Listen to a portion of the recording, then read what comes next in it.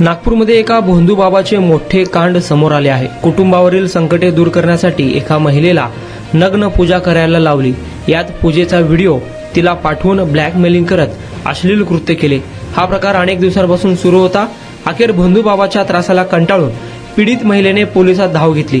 नागपूरच्या 5 पावली पोलिसांनी आरोपीला अटक केली। मिळालेल्या माहितीनुसार हबीबुल्ला मलिक उर्फ मामा असे आरोपी भोंदूबाबाचे नाव आहे। तो मूळचा पश्चिम बंगाल येथील आहे। मागील 20 वर्षापासून नागपुरात स्थायिक झाला। त्यावर नागपूरच्या 5 पावली पोलीस स्टेशनमध्ये गुन्हा नोंदवण्यात आला।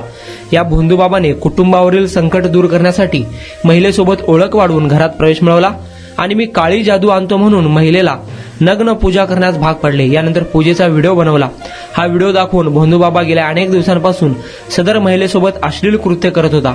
तसेच महिलेला कुटुंबियाला जीवे मारण्याची धमकी देत होता। मात्र महिलेने हिंमत दाखवत पोलिसात तक्रार दिली। त्यानंतर गुन्हा दाखल करत भोंदूबाबाला पोलिसांनी अटक केली। पीडितेच्या तक्रारीवरून गुन्हा दाखल करून घेत भोंदूबाबाला नागपूरच्या 5 पावली पोलिसांनी अटक केली आहे।